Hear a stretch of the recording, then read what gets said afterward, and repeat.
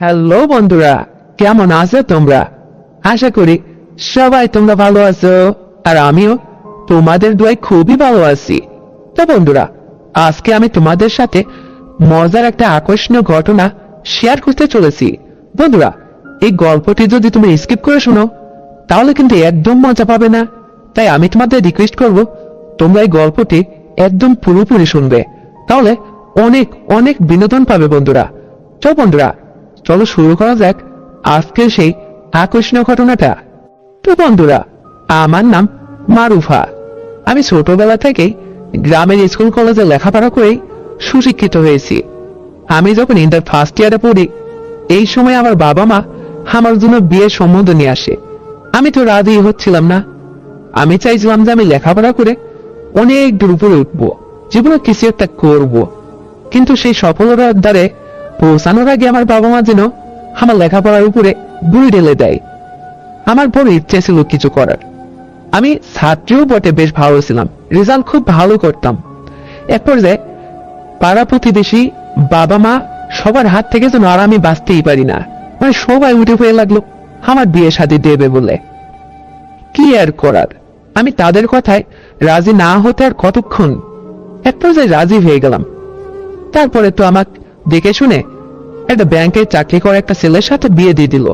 ছেলেটা বড্ড হ্যান্ডসাম ছিল বটে। তো সে ফ্যামিলিতে যাওয়ার পরে দেখি, মানে আমার শ্বশুর শাশুড়ি দুজনে বেঁচে আছে।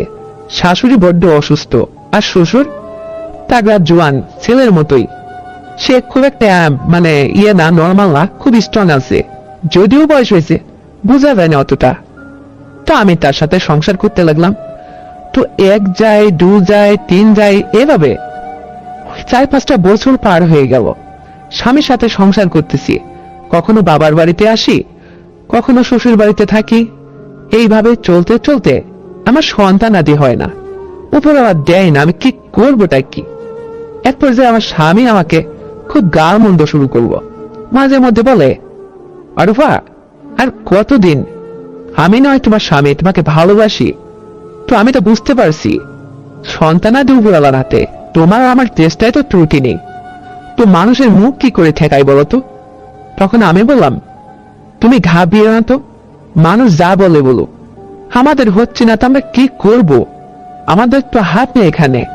তুমিও থাকছো, আমিও চেষ্টা করছি, এমন তো না যে আমরা কোনো কিছু দূর দূরান্ত আছো, তুমি বিদেশ পড়ে আছো, তোমার সাথে আমার সাক্ষাৎ হয় না, তা তো না। তো মানুষের কথায় আমার কোনো যায় আসে না। এই মূর্খ সমাজের কিছু মানুষ আছে, তারা আসলে এগুলো নিয়ে পড়ে থাকে। তুমি তাদের কোনো কথায় কান দিও না তো। আমার স্বামী তখন বলে, আসলে তো আমি কারো কথায় কান দিতে চাই না, কিন্তু মানুষ তো ছাড়ে না। আশেপাশে রাস্তা দিয়ে হাঁটতে গেলে মা চাচিরা, ভাই বোন চাষ্ট, বংশের আরো অনেকে আছে, প্রতিবেশীরা সবাই বলে, কোত্থেকে এরকম অবয়া অপয়া বিয়ে নিয়ে আসছো, যে আজ 4-5 বছর বিয়ের বয়স হয়ে গেল, তোমাদের সন্তানাদি হয় না? সমস্যাটা কি? নাকি মেয়েটার কোনো সমস্যা আছে? আগে পিছে খোঁজ নিয়ে নিয়েছো? মানে নানান কথা বলে। তখন আমার স্বামী নাকি তাদের মানে এই সমস্ত কথার কোনো জবাব না দিয়ে মুখটা নিচু করে বাড়িতে চলে আসে, আর আমার কাছে এসে এগুলা শোনায়। তো আমি এই কথা শুনে স্বামীকে বললাম যে, শোনো, আসলে সমাজের এক শ্রেণীর মানুষ থাকে যারা অন্যের বিষয় নিয়ে সবসময় নাক গলায় ঘাটাঘাটি করে, তাদের খেয়ে দেওয়ার কাজ নেই। তুমি তাদের কথায় আর কোনো পাত্তা দিও না, এবং এ কথা নিয়ে মন খারাপ করো না। তো ঠিক আছে। আমার স্বামী তখন বলল, আচ্ছা মারুফ, এক কাজ করি না হয়, তুমি আর আমি চলো তো স্বাস্থ্য কেন্দ্রে যাবো আজকেই। যেন সকাল হলেই আমার স্বামী আমার হাত ধরে সোজা স্বাস্থ্য কেন্দ্রে নিয়ে গেল। সেখানে যাই সব পরীক্ষা নিরীক্ষা করলাম। প্রবলেমটা ছিল আমার স্বামীর। আমি আসলে সেদিক দিয়ে ঠিক আছি, যদিও আমার স্বাস্থ্যটা মোটা সোটা, তল্পেতে একটু মেদ জমে গেছে। তাতে কি হয়েছে? উপরওয়ালা না চাইলে কোনো কিছু হয় না। তবুও যেন ডাক্তার আমাকে সমস্ত কিছু টেস্ট করে বলছে, হ্যাঁ আমি নাকি ঠিক আছি। তো যাক বাবা, বাঁচা গেল। যদি এইটা আমার হতো তাহলে তোমার স্বামীও আমাকে ছাড়তো না, কত কথা শোনাতো। আসলে মেয়েদের জীবনটা এইরকমই হয়। এক পর্যায়ে আমার স্বামী মাথা নিচু করে ছোট্ট কণ্ঠে আমাকে বলতেছে, মারুফা, জীবনে মনে হয় আমি তোমাকে কোনো সন্তানাদি দিতে পারবো না। ওই যে ডাক্তার বললো যে। তখন আমি বললাম যে, ডাক্তাররা ওই সমস্ত কি ভুয়া রিপোর্ট করে, এগুলা ঠিক না, বাদ দাও তো, তুমি চেষ্টা করো, হয়ে যাবে। এই কথা কেন বলছি বন্ধুরা, তোমাদের একটু পরেই বলছি। মানে আমার স্বামীকে তো আমাকে খুশি করতেই হবে, স্বামীকে সন্তানাদের মুখ দেখাতে হবে, তারও মন ভরাইতে হবে। স্বামী আমার মন খারাপ করলে কি চলবে? সে তো অনেক টাকা পয়সা ইনকাম করে, ব্যাংকে চাকরি করে, আর তার স্ট্যাটাস খুব ভালো, ভদ্র ছেলে। শুধু নেই একটা সন্তান। আমি 4-5টা বছর তার সংসারে এসে এটা দিতেই পারছি না। এক পর্যায়ে আমার স্বামী এভাবে অফিস করতেছে, আসা যাওয়া করে, জীবনটা এভাবেই চলতেছে। একদিন আমার স্বামী অফিস থেকে মানে ব্যাংক থেকে বের হয়ে নিচতলায় দেখে যে একটা ছোট্ট ছেলে মানে মা মা করে কান্নাকাটি করতেছে। ছেলেটার বয়স 1.5 থেকে 2 বছর হবে, একদম ছোট্ট। তো আমার স্বামী ছেলেটার কাছে যা জিজ্ঞাসা করছে, আরো 5টা লোক জড়ো হয়েছে, জিজ্ঞেস করছে বাচ্চাটাকে, কোনো হুদিস নাই, কেউ জানে না, আজও বলতে পারলো না। আমার স্বামী একটু দয়ালু বটে ছিল, তার মনে অনেক আবেগ মায়া ভরা। তবে স্বামী 2 ঘন্টায় বাচ্চাটার পাশে ওয়েট করছে। যখনই আর কোনো লোক মেলেনি, বাচ্চাটার ওখান থেকে মানে মুখ চুপ পরিষ্কার করে কোলে নিয়ে সোজা বাসায় নিয়ে আসছে। এবং ওখানে আশপাশের দোকানদার আরো প্রতিবেশী মানুষ ছিল, তাদের বলে আসছে এই বাচ্চাটার যদি কোনো কেউ খোঁজ করতে আসে আমার নাম্বার রেখে দেন, ফোন করবেন, আর তা না হলে বাচ্চাটা আমার কাছে হেফাজত করে রাখবো আমি। তো সবাই যখন অনুমতি দিয়েছিল, আমার স্বামী বাচ্চাটারে সোজা আমার বাড়িতে নিয়ে এসে আমার কাছে দিল, বলল মারুফা এই বাচ্চাটা কেমন দেখো তো। দেখি ও বাবা, কি সুন্দর ফুটফুটে বাচ্চাটা, কি সুন্দর চেহারা, আহারে তার ঘরের সন্তান, কে এইভাবে রাস্তায় ফেলে চলে গেছে। বাচ্চারাও কথা বলতে পারে না, কেউ বলতে পারে না। অনেক পেপার পত্রিকায় বাচ্চাটা বিজ্ঞপ্তি দেওয়া হলো, হারানো বিজ্ঞপ্তি, কোনো সন্ধান মেলে না, ফোন নাম্বার দেওয়া হলো, কেউ যোগাযোগ করতে আস না। বাচ্চাটা আমাদের কাছে সুরক্ষিত লালন পালন করতে থাকলাম। আস্তে আস্তে ওই বাচ্চাটা মায়ায় পড়ে গেলাম আমি। তো তারপরে দিন যায়, কোনোদিন যখন আর খোঁজ খবর হলো না, এক পর্যায়ে আমার স্বামী একদিন আমাকে বলল মারফা উপর আল্লাহ মনে হয় পাঠাইছে, তা না হলে তোমার আর আমার এই কন্দন কান্নাকাটি সে মনে নিজ কানে শুনছে, তা না হলে এই বাচ্চাটার পরেই বা আমার এত মায়া যাবে কেন? তাকে আমি বাসায় নিয়ে আসবো কেন? বাচ্চাটা তো অন্য কেউ নিয়ে যেতে পারতো, আমি কেন ওকে নিয়ে আসলাম? যাই হোক, বাচ্চাটাকে লালন পালন করতে করতে বাচ্চাটাকে বড় করলাম, এক পর্যায়ে সুশিক্ষিত করে ফেললাম। তো বাচ্চাটা যখন ক্লাস 6-এ পড়ে, সে বাচ্চাটাকে দেখার মতো, কি সুন্দর চেহারা, মানে কোনো ভদ্রলোকের ঘরের সন্তান হবে, কিন্তু কিভাবে এখানে আসলো আজ পর্যন্ত এই ঘটনার উদ্ঘাটন করতে পারলাম না। যাই হোক, আর যখন খোঁজ হলো না, ক্লাস 6-এ পড়ে বাচ্চা, তখন ওটা আমাদেরই ভেবে ও আমাকে মা বলে ডাকতো, ওর মায়ায় পড়ে গেলাম আমি। আমার শ্বশুর শাশুড়ি তারা ওই বাচ্চাটাকে মানে নাতির সম্মান দিত, দাদা দাদি বলে বাচ্চাটা তাদের ডাকতো। তো যাই হোক, উপরওয়ালা না চাইলে আসলে কোনো কিছু হয় না। তো ছেলেতে এক পর্যায়ে যখন হাই স্কুল থেকে কলেজে, কলেজ থেকে ভার্সিটি, খুব ভালো স্মার্ট ছেলে, ওর বাবা তো ওকে কি বাইক কিনে দেয়, মানে রাস্তায় যখন যা কিছু লাগে শখের জিনিস, রাস্তায় ঘুরবে ফিরবে খুব বিলাসিতার সাথে, আরো 5টা বড় লোকের ছেলেপেলের সাথে মিশে, মানে ওর ভাবভঙ্গি মূর্তি অন্যরকম। এখন ওর ফিগারটা ছিল খুব টল ফিগার, উঁচু লম্বা আর্মি সাইজ। তো তারপরে বাচ্চাটা একদিনকে হঠাৎ করে আমাকে বলতেছে, আচ্ছা মা, আমি লোকের মুখে শুনতে পাই আমাকে নাকি তোমরা রাস্তায় কুড়িয়ে পেয়েছিলে। ওর কথা শুনে আমার চোখে জল এসে গেল। তখন আমি করুণ কণ্ঠে বললাম, হ্যাঁ বাবা, এই কথা তোমাকে কে বলছে? কুড়িয়ে পাবো কেন, তুমি আমার পেটের সন্তান। তখন আমার খোকাটা বলে, না না, আমি তোমার পেটের সন্তান হতে যাবো কেন, এটা ভুল বলছো। আমি আশেপাশের মানুষের কাছ থেকে শুনছি আমাকে নাকি তোমরা রাস্তায় কুড়িয়ে পেয়েছো। এই বলে দেখি ওর চোখেও জল। তখন আমি ওকে বোঝালাম এটা ভুল কথা, যে তোমাকে লালন পালন করে কোলে পিঠে করে এত বড় করছে সেই তোমার বাবা মা। এই সমস্ত কথা যে মাথা থেকে ঝুড়ে ফেলে দাও তো, কে কি বললো এই কথা শুনে তুমি আমার কাছে সেইভাবে ভেঙে পড়ছো। না না বাবা, এটা তোমার কাছে আশা করি না, তোমাকে এত বড় করছি, লেখাপড়ায় সুশিক্ষিত করছি, তুমি মানুষের মতো মানুষ হয়ে কিছু একটা করে দেখাও। তোমার বাবার মতো এরকম অফিসে যাবে আসবে, গাড়িতে চড়ে যাবে, গাড়িতে চলে আসবে, তোমার লাইফটা এখন অন্যরকম। আজ কেন তোমার মাথার মধ্যে পিছনের চিন্তা ভাবনা এত? কে তোমার এই সমস্ত কথা বলে? যে এই সমস্ত কথা বলে তোমার কান ভাঙলে যায়, তুমি তার কাছে যাবে না, তার সাথে মিশবে না। খোকা আমার কথা শুনে মাথা নিয়ে বলল, ঠিক আছে মা, আমি তাই করব। তারপরে হ্যাঁ যায় দুই যে কিছুদিন পরে আবারও এই কথা জিজ্ঞাসা করলো। তখন আমি সেদিন সত্যটা বললাম যে বাবা শোনো, তোমার বয়স যখন ঠিক 1.5 থেকে 2 বছর, এই ছোট্টবেলার এই কাহিনীটা, তোমার বাবা ব্যাংকে থেকে নেমে তোমার বাবা ব্যাংকে চাকরি করতো, তো সে নিচতলায় যখন নেমে আসে, তুমি রাস্তার পাশে মা মা করে কাঁদতেছিলে, তোমার কোনো খোঁজ হচ্ছিল না কে তোমার এই পাষাণ্ড বাবা মা, এটার কোনো বুদ্ধিস হচ্ছিল না। তো তোমার বাবা তোমাকে নিয়ে আসে রাস্তার থেকে আজকে এত দূর। তো যা হোক, খোকা আমার এই কথা শুনে আবারও যেন মুখ থুবড়ে পড়ে কাঁদতে লাগলো। তারপরে হাত তুলে বলে, যারা আমাকে জন্ম দিয়ে রাস্তায় ফেলে গেছে, আমি তাদের উপর নালত দিই। এরকম কাজ যেন পৃথিবীতে কেউ না করে। তারা পারতো আমাকে জন্ম না দিতে, কেন আমাকে জন্ম দেওয়ার পর পরিচয় দিতে তাদের ঘৃণা হলো? আমি কি এতটাই কুচ্ছিত ছিলাম? এই বলে আক্ষেপ করতে লাগলো। যাক, খোকার কথা শুনে আমারও মনটা বড্ড খারাপ হয়ে গেল। তার মাথায় হাত নাড়িয়ে বললাম, খোকা, এই সমস্ত চিন্তা ছাড়ো, পিছনের কথা তুমি ভুলে যাও। বাবা, তুমি এখন গ্রাজুয়েট, তোমার মতো ছেলে আজ অন্য লেভেলে চলে গেছে। তুমি তোমার বাবার মতো চাকরি বাকরি করবে, তোমার বাবার তো এই যে আজ বাদে কাল রিটায়ার হয়ে যাবে। আর কতদিন তুমি তোমার বাবার মতো অফিসে যাবে আসবে? আমাদের ফ্যামিলি তো আর কম না, দেখো না, আমাদের বিল্ডিং, ঘর বাড়ি, আমাদের স্ট্যাটাস, শিক্ষিত ফ্যামিলি, সমস্ত কিছু অন্যরকম, একদম গ্রামের সে আলাদা। আমিও কিন্তু গ্রামের মেয়ে, আমি গ্রাম থেকে বড় হয়ে এখানে বিয়ে আসছি। আমার পেটে আল্লাহ কোনোদিন সন্তানাদি দেয় নেই। তো আমি তোমাকে পাওয়ার পরে সমাজের মানুষ এই যে কুটু কথা শোনো, তো তার থেকে হয়তো রক্ষা পাইছি। কোনোদিনই আর কেউ বলে না, তো উপরওয়ালা না চাইলে তুমি আমার কাছে আসতে না, সবই তার খেলা রে বাবা। তো এই কথা শুনে খোকা বলল, আচ্ছা ঠিক আছে মা, তুমি আমার মা আর সে আমার বাবা, এর মধ্যে নির্ভুল। আর আমি কোনো কারুর কথা আজকের পর থেকে কানে দিব না। এই বলে খোকা আমার পাশ থেকে উঠে গেল। তারপরে এভাবে চলতে চলতে আমার স্বামীর চাকরি থেকে রিটায়ার হয়ে গেল। রিটায়ার হওয়ার পরে আমার স্বামী বলল, মারুফা, এখন তোমার বয়স কত? 45 হয়ে গেছে, 40-45। আর আমার বয়সটা বুঝতেই পারছো, আমি আর কতদিন চাকরি করবো? এভাবে অনেকদিনই তো চাকরি করলাম, শেষ প্রান্তে এসে গেছি, আজ বাদে কাল রিটায়ার।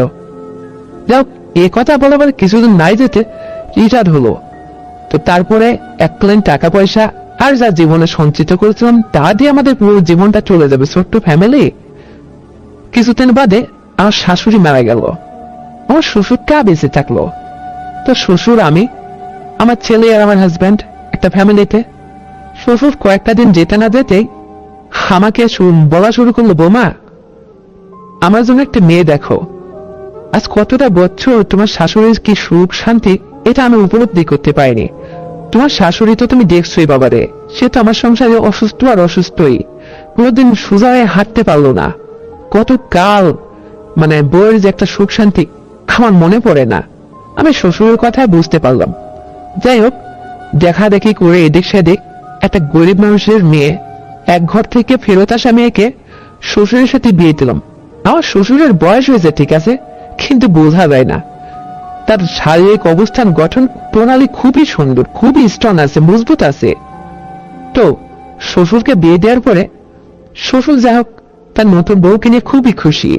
শাশুড়ি আমাকে খুব আদর করত। তারপরে আমার স্বামী মানে তার বাবা যে বিয়ে করবে এটা মেনে নেয় না, বলে যে বাবা কেন এই বয়সে বিয়ে করবে, বাবা তো বয়স হয়ে গেছে। তা আমি বলতাম, দেখো, তোমার বাবার বয়স হলো, কিন্তু তোমার বাবাকে সেবা যত্ন আমি সবসময় করতে পারবো না। তো তোমার এই যে মা নতুন মা আসছে, তার গোসল করে দেয়া, ভাত রান্না করে খাওয়ানো, তার এই বৃদ্ধ বয়সে খেয়াল খুশি রাখা, তার জন্য তো দরকার একটা লোক, এই জন্য তো সে করছে। তার কি আর ওই সময় আছে তুমি যেটা ভাবছো? যাই হোক, তোমার শ্বশুর শাশুড়ি থাকলো। এর মধ্যে কিছুদিন পরে যাবার কথা কার গেল কে? আমার স্বামী হঠাৎ রাত্রে, ভালো মানুষ শুয়ে আছে, তার জীবনে আর সকাল হলো না। ঢোকের কথা কি বলবো, সকালবেলা উঠে মানে খুব ভোরবেলা স্বামী দেখে আর উঠে না, নিঃশ্বাস নাই তার প্রাণে, সে পরপারে চলে গেল। স্বামীকে সমাধি করার পরে আমার ছেলেটা আমাকে বলে যে মা, বাবা তো দুনিয়া ছেড়ে চলেই গেল, আমার তো চাকরি বাকরি এখন হলো না, তা আমি কি করব?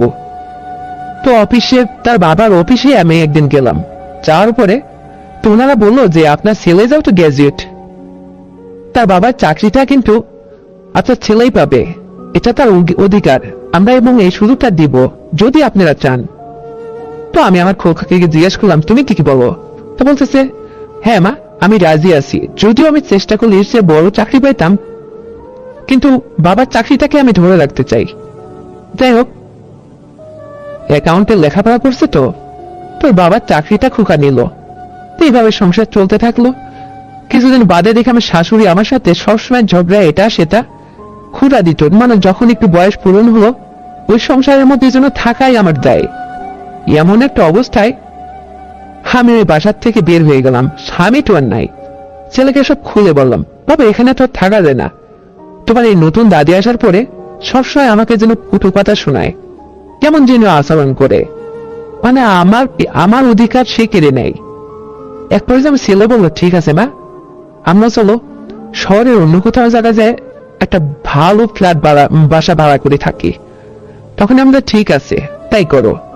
তারপরে খোকা আমার সুন্দর একটা ফ্ল্যাট বাসা ভাড়া করলো, সেখানে ওর আমি থাকতে লাগলাম। একজন ছেলে আমাকে রাত্রে বলতেছে মা, তোমাকে একটা কথা বলতে চাই, যদি তুমি কিছু মনে না করো। তখন আমি বললাম কি কথা বলো, তোমার একটা কথা কেন, তুমি সারাটা জীবন তুমি বলেই যাবা, আমি তো তোমার সব কথাই শুনবো। তখন আমাকে বলে একটা প্রশ্ন করি মা তোমাকে, তুমি কি আমাকে তোমার গর্বে ধারণ করছিলে? তখন আমি বললাম যে না, কেন? তখন বলছে হ্যাঁ, তাই যদি না হয় তাহলে তোমার সাথে কি আমার রক্তের কোনো সম্পর্ক আছে? আমি বললাম যে না, তাও না, কেন? তো বলতেছে হ্যাঁ, আমার প্রশ্নগুলোর উত্তর দাও, তাহলে তোমাকে আমি মা ডাকি এটা মিথ্যা মিথ্যা। তখন আমি হাসতে হাসতে মনে করলাম যে ও হয়তো আমার সাথে ঠাট্টা করছে, ফান করছে। তখন আমি বললাম যে হ্যাঁ, আমি তোমার রক্তের কেউ না, তুমি আমাকে যেভাবে মা বলে ডাকছো তুমি যে কেউ অন্য কাউকে মা বলে ডাকতে পারো, এখানে নিষেধ নেই, তাতে কি কোনো সম্পর্কে জড়ায় না? তখন বলছে হ্যাঁ জড়ায়। তো এই কথা প্রশ্ন করে আমাকে কি বুঝাইতে চাইছো খোকা? তখন খোকা আমাকে বলল আচ্ছা সব হিসাবে তুমি আমাকে ঠিক ঠিক প্রশ্নের উত্তর দিছ, আমার এই সুখ, আমার এই জীবনে কাউকে আমি আমার সুখের ভাগিদার করতে চাইব না, আমার সর্বোচ্চ সুখের ভাগিদার একমাত্র তুমি। তোমার জীবনে তোমাকে দেখতে এত সুন্দরী, তোমার মধ্যে তোমার এই মায়াবী চেহারা, কমল টসটসা মুখখানা, ঠোঁট দুটা কমল কত সুন্দর লাবণ্যময়, মাথা ভরা কালো কেশ তোমার, তোমাকে দেখার পরে আমার অন্য কোনো মেয়েকে চয়েস হয় না। শুধু তাই না, আমি চাই সারাটা জীবন আমি তোমাকে নিয়ে বাস করব, আমার এই ঘরে অন্য কোনো মেয়েকে আমি নিয়ে আসবো না আরো। তখন আমি বললাম যে খোকা তো কি হবে, অন্য কোনো মেয়েকে আনবা না তো আমাকে সারা জীবন কিভাবে তুমি দেখতে চাও, কিভাবে? আমি এটা বুঝলাম না, তো একটু বুঝিয়ে বলো, কেমন কথাবার্তা বলছো? তখন খোকা বলল আচ্ছা শোনো, তোমাকে খুলেই বলি, মানে আমি অন্য কোনো মেয়েকে বিয়ে শাদী করবো না, আমার সংসারে আনবো না। তখন আমি বললাম যে তো তাহলে কি করতে হবে, কেন আনবে না, তুমি বিয়েই করবে না? বলে যে না। তো তাহলে কি করবা তুমি, কি ইচ্ছা তোমার? তখন খোকা বলে আমি তো তোমাকে একটা কথাই বলছি, যেহেতু তুমি আমাকে লালন পালন করছো, রাস্তা থেকে ছোটবেলায় কুড়িয়ে নিয়ে এসে মানুষ করছো, তো এর প্রতিদান আমি তোমাকে কি দেবো? আমার সারা সুর কেটে ফেলো, তোমার এই প্রতিদান আমি তোমাকে তোমার দিন শোধ করতে পারবো না, এটা ঠিক আছে, কিন্তু বাবা যেহেতু চলে গেছে, তোমার এই কুমারী বয়সে কোনো যে ছেলে মেয়ে হয়নি, কি টসটসা তোমার জীবন প্রণালী, আমি তোমার জীবনের সাথে অ্যাক্টিভ থাকতে চাই, তুমি কি এখনো আমার কথা বোঝোনি? তখন আমি বললাম না, আমি তোমার কথা এখনো বুঝিনি। তো কিছু সময় পরে বলতেছে আচ্ছা শোনো, আমি যেহেতু তোমার কোনো রক্তের কেউ না, তোমার গর্ভধারণ সন্তান না, তুমি আমাকে পেটে ধরনি, উড়িয়ে পাইছো, যাক তুমি আমাকে লালন পালন করছো, এটা ধর্ম সম্পর্ক। তো আমি বলতে চাই আমি সারাটা জীবন তোমাকে আমার সাথে জীবন সঙ্গী করে রাখতে চাই। তোমার কি মতামত? যদি মতামত তুমি না না বলো তাও আমার কোনো আপত্তি নেই, আর যদি হ্যাঁ বলো তাও আমার কোনো আপত্তি নেই। আমি আমার কথা তোমাকে সাফ সাফ বলে দিয়েছি। এখন তুমি নির্ধারণ করো তুমি কি করবা। খোকার এই কথা শুনে আমি বড় অবাক হয়ে গেলাম। এটা কেমন পরীক্ষার মধ্যে ফেলালো, যেহেতু ওই খোকা ছাড়া আমার জীবনে আর কোনো অবলম্বন নেই। আমার স্বামীর পুরো স্ট্যাটাস ওই খোকায় ধরে রাখছে, আর ও আমাকে এত বড় অফার করে ফেললো। তাহলে আমি কি করি, এটা নিয়ে বড় চিন্তিত হয়ে গেলাম। তখন আমি বললাম, আচ্ছা খোকা তাহলে কি করব, তুমি আমাকে ডিসিশন দাও তো। তো খোকা আমাকে বলতেছে, ডিসিশন তুমি নাও, তোমাকে আমি 1 মাস সময় দেব। এই 1 মাসের মধ্যে যদি তোমার কোনো কিছু পছন্দ অপছন্দের ব্যাপার থাকে আমাকে খুলে বলে দাও। আমি তোমাকে কখনো আমার কাছ থেকে দূরে সরাবো না, তুমি আমার কাছেই থাকবে। তবে তোমার লাইফে আমি আর কষ্ট দেখতে চাই না। বাবা চলে গেছে, তোমার জীবনের অর্ধেকটা সামনে এখনো পড়ে আছে, তাই বলে কি তুমি স্বামী ছাড়া এইভাবে সারাটা জীবন কাটিয়ে দেবে? এই ভেবে আমি তোমার লাইফে একটু উপকার করতে চাই। নিজের জীবন যৌবন সময়, ভালো সময় খারাপ সময়, এই সমস্ত কিছুকে আমার সাথে ভাগ করে নাও, শেয়ার করো। আমি ঠিক বাবার ওই জায়গাটা দখল করতে চাই। যদি তুমি আমাকে একটু সুযোগ দাও, আমি তোমার কোনো কষ্ট দেখতে চাই না। একটা মেয়ের জীবন থেকে স্বামী চলে গেলে তার যে মনের মধ্যে কি হয়, বা তার সারা জীবনের জন্য যে নিজের একটা মানুষ হারানোর যে একটা কষ্ট বেদনা অভাব থেকে যায়, মুখ ফুটে তারা বলতে পারে না, না পারে তারা কোনো কিছু করতে। এই সমস্ত কষ্টের মধ্যে তোমাকে আমি রাখতে চাই না। আমি তোমার কিছুটা ঋণ শোধ করতে চাই, কিছুটা হলো আমি নিজের মনের কাছে ভালো লাগবে যদি তোমার এই উপকারটা আমি করতে পারি। খোকার এই কথা শুনে আমি বড়ই যেন নার্ভাস হয়ে যাচ্ছি। যাই হোক, আমি 2-3 দিন এভাবে ওর সাথে কথা বলে না বেশি একটা ভাবনায় পড়ে গেলাম, কি করি। এই ভাবতে ভাবতে খোকা আমাকে বললো যে, কি তোমাকে আমি যে ডিসিশন দিলাম, যে প্রশ্ন করলাম তার কোনো উত্তর পেলাম না। এই মারুফা এদিকে আসো। ও যেন আমার নাম ধরে রাখে। আমি চোখ বড় বড় করে ওর দিকে তাকালাম, এটা কি হচ্ছে? এই খোকা, আমাকে নাম ধরে রাখছো হঠাৎ? তখন খোকা বলতেছে, শোনো তাহলে, আমার বাবা বাইরে থেকে এসে, মারুফা ব্যাগটা ধরো তো। এই কথাগুলো না আমার মনের মধ্যে গেঁথে আছে এখনো। তো আমি তোমাকে ওই কষ্টটাকে ভুলিয়ে দেব, তোমাকে আমি আজ থেকে মারুফা বলেই ডাকবো। ওর কথা শুনে আমি অবাক হয়ে গেলাম, একটু মুস্তি হাসি দিলাম বটে। বড্ড ভালো লাগলো আমার, মনে হচ্ছে আমার স্বামী যেটা আমাকে এসে ডাকতেছে এইভাবে। আমি আবারও বললাম, না তবুও তুমি আমাকে নাম ধরে রাখলে কেমন শুনে না, মানুষ কি বলবে?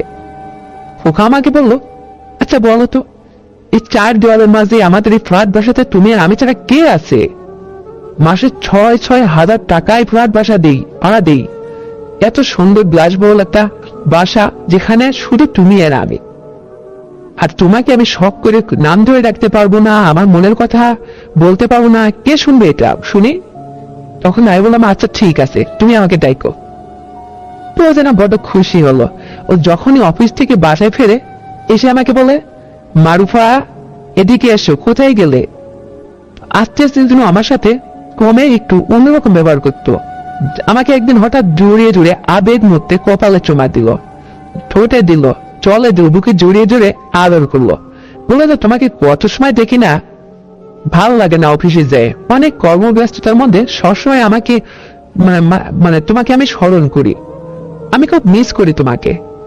তখন আমি বললাম, তুমি যে সমস্ত অফার দিছো খোকা, আমি তোমার সব প্রস্তাবে রাজি হয়ে গেলাম আজকের পর থেকে।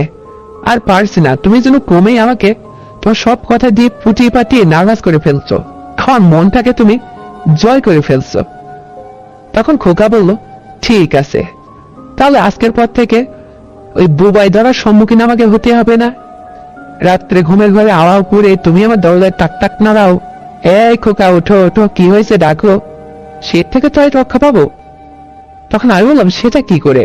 তুই বলছিস বোঝো নিম, আমি তোমাকে কি বলতে চাইছি আমার উপর শোনো। আমি তোমাকে একটা কথা বলি, আজকের পরের থেকে এই রুমটাই আমার আর তোমার জায়গা, আর ওই রুমটা গেস্ট রুম। তখন আমি এই কথা শুনে হেসে দিলাম, হেসে দিয়ে বললাম আচ্ছা ঠিক আছে তাই হবে। তো ও যেন বিকেল টাইমে আমাকে বললো ইয়ে করো মারুফা, দেখো ওই ড্রয়ারে টাকা আছে, ওখান থেকে 5,00,000 টাকা দাও। আমি ওকে 5,00,000 টাকা বের করে দিলাম। মানে এমন করে চাই যেন স্বামী যেভাবে বউয়ের কাছে দাবি করে চায় ওইভাবে কথা বলছে। আমার কথায় ক্রমেই যেন অবাক হয়ে যায়। কি শুরু হলো? আমি কি তাহলে নতুন ভাবে জীবন শুরু করতে গেলাম? কি শুরু হলো কি? আমার যেন কমে ভালো লাগছে। এরপর যে ওদেরকে বিকালে 5,000 টাকা নিয়ে শহর থেকে আমার জন্য মানে কিছু কাপড় চোপড়, শাড়ি, সাজার জিনিস, মানে শখের জিনিস সমস্ত কিছু কিনে নিয়ে আসলো। নিয়ে আসার পরে আমাকে দিয়ে বলতেছে শোনো মারুফা, এইগুলো আজকে রাত্রে তুমি পরিধান করে আমার সামনে আসবে, আমাকে আজকে থেকে নতুন সাজে দেখাবে, আমি তোমাকে নতুন ভাবে দেখতে চাই। তোমার এই মেয়ের চোখটা কোমর সুডল, তোমার চেহারা কত সুন্দর লাবণ্যময়, এত সুন্দর মায়াবী চেহারা আমি কখনো তোমাকে হিন্দি পূর্বে তাকে ভালো করে দেখিনি। ওর কথা শুনে না আমি কমেই যেন না ওর প্রতি দুর্বল হয়ে যাচ্ছি। খুব ভালো লাগছে আমার অনুভূতিটা। এরপর যে অনেক কিছু নিয়ে আসলো, সেগুলো রাত্রে পরিধান করে ওর কথা মতোই হলো, ওকে দেখাইতে লাগলাম। ও এসে তো আমাকে ওই অবস্থা দেখে জড়িয়ে আমার লিপস্টিক সব খেয়ে ফেললো, লিপস্টিক। খুব ভালো লাগলো আমার। তো দেখি ওর বাবার মতো মানে আমার হাজবেন্ডের মতো মানে সুন্দর করে ওইটা যেটি পুঁতে একদম ক্লিয়ার করে ফেললো। 10 মিনিট চকলেটের মতো খাইলো, ভালো কথা। আদর করতে বেশ ভালো জানলো, লেখাপড়া শিখছে তো, শিক্ষিত ছেলে, ওর মধ্যে আদব খাইতেটা একটু আলাদা। যাই হোক, তারপরে ওই রাত্রেও আমাকে শুয়ে শুয়ে ওর জীবনের কত কথা শোনাইতে লাগলো। এক পর্যায়ে আমি ওকে বললাম যে এই জন্য কি তুই আমার কাছে শুয়েছিস খোকা? তোর মনের মধ্যে কি বইছে? তুই আমাকে বলছে, আমাকে তুই তুই করে বলছো কেন? তুই বললে আমি তোমার সাথে কথাই বলবো না। তখন ওকে আমি জড়িয়ে ধরে একটা চুমা দিয়ে বললাম আচ্ছা নাও, হয়েছে তো এবার। তখন ও খুশি হলো, আমাকে জড়িয়ে ধরে। যাই হোক, আর কিছু বললাম না। ওই রাত্রে দুবার অন্তত আমার সাথেও অনেকদিন বাদে সুন্দর ভাবে খুব ভালো লাগলো, আমার মনটা ভরিয়ে দিল। তোর সাথে এভাবে দিনের পর দিন থাকতে লাগলাম। তো একটা পর্যায়ে আমাকে বললো আচ্ছা মারুফাই, এইভাবে চলতে চলতে কোনো কিছু যদি হয়ে যায় তা কি হবে? আমি তো তোমার হাজবেন্ডের মতো না, আমার তো কোনো দোষ নেই। আমার কাছে থাকলে কোনো কিছু হবেই, তোমার সন্তানাদি হলে হতে পারে, তো নাও না আমরা কোর্ট ম্যারেজ করে ফেলি। তখন ওর কথা শুনে দেখলাম যে আর কি আছে, আমি তো ওর কাছে সর্বোচ্চ জমা দিয়ে দিছি। তারপর আমরা এক পর্যায়ে কোর্ট ম্যারেজ করে নিলাম বৈধতা ভাবে। তবে এভাবে চলতে চলতে এক পর্যায়ে আমাদের সন্তান আসলো, একটা কন্যা সন্তান হলো পরের বছরে। যাই হোক, ওইটা হওয়ার পরে আমি আরো বেড়ে গেলাম, শরীর স্বাস্থ্য আমার মোটা হয়ে গেলাম। আর ওর নাকি কোল ভরা ছাড়া ভালোই লাগে না, আমি তো অলরেডি তাই, তারপরেও জন্য আরো মোটা হয়ে গেলাম। ওর খুব ভালো লাগে, বলে স্প্রিং এর গতি, ওর খুব ভালো লাগে। আমাকে খুব রাগায়, মানে কথায় কথায় আমাকে রাগিয়ে তোলে। তা আমরা জানি যে ও আমার সাথে এমনি ফান করে। ও যেখান থেকে আসতো মানে আমার হাজবেন্ডের চেয়েও সুন্দর করে আমাকে ওই সমস্ত ফেরত দিত। খুব ভালো লাগতো আমার, মানে সবসময় জোরে জোরে আদর করতো, ভালোবাসতো, আমাকে চোখে চোখে রাখতো, আমাকে বিকেল হলে বাইকে করে বাইরে ঘুরতে নিয়ে যেত, আমার মনটা ভালো থাকতো। তারপরে ও চাকরি করতো, ওর স্ট্যাটাস খুব ওর বাবার মতোই, মানে আমার হাজবেন্ডের মতোই। যাই হোক, ছেলেকে ছোটবেলায় কুড়িয়ে নিয়ে এসে আমি লালন পালন করলাম। আমি আমার বাবা মা বা আমার শ্বশুর শাশুড়ি সবার মুখ উজ্জ্বল করলাম নাতিনুৎকার হিসেবে। কিন্তু ও শেষ পর্যায়ে জীবনের শেষ প্রান্ত সে সম্পর্কটা কিভাবে একটু মুচড়ে ঘুরিয়ে নিল। ওই যে আমি পেটে ধরে নেই, আমার নিজের সন্তান না, সেই অঙ্গীকারটাও ভেঙে দিল, পুরো জীবনটা যেন উল্টিয়ে দিল। তো তারপর থেকে ওরা আমার বিবাহিত জীবনে দারুণ ভাবে সংসার পরিচালনা করতে লাগলো। পরের বছরে যায় আবার একটা ছেলে সন্তান হলো। এভাবে 2টা সন্তান হয়ে যাওয়ার পরে ও দারুণ ভাবে আমার সাথে ইয়ে করতো, মানে এত সুন্দর করে অনেক সময় ধরে আমার খুব ভালো লাগতো। আমার স্বামীর চেয়েও বেশি একটু ছিল আর কি, মানে আচরণ ব্যবহার তার চেয়েও মানে সুন্দর করতো আমার সাথে, কথাবার্তা খুব সাজিয়ে বলতে পারতো, ওর কথা আমার খুব ভালো লাগতো। এক পর্যায়ে এইভাবে চলতে চলতে আমার লাইফটা ওর সাথে কেটে গেল। আমি কোনোদিন শ্বশুর শাশুড়ি বাড়িতে আসতাম না, বাবা মাকে বুঝিয়ে নিলাম শেষ পর্যায়ে।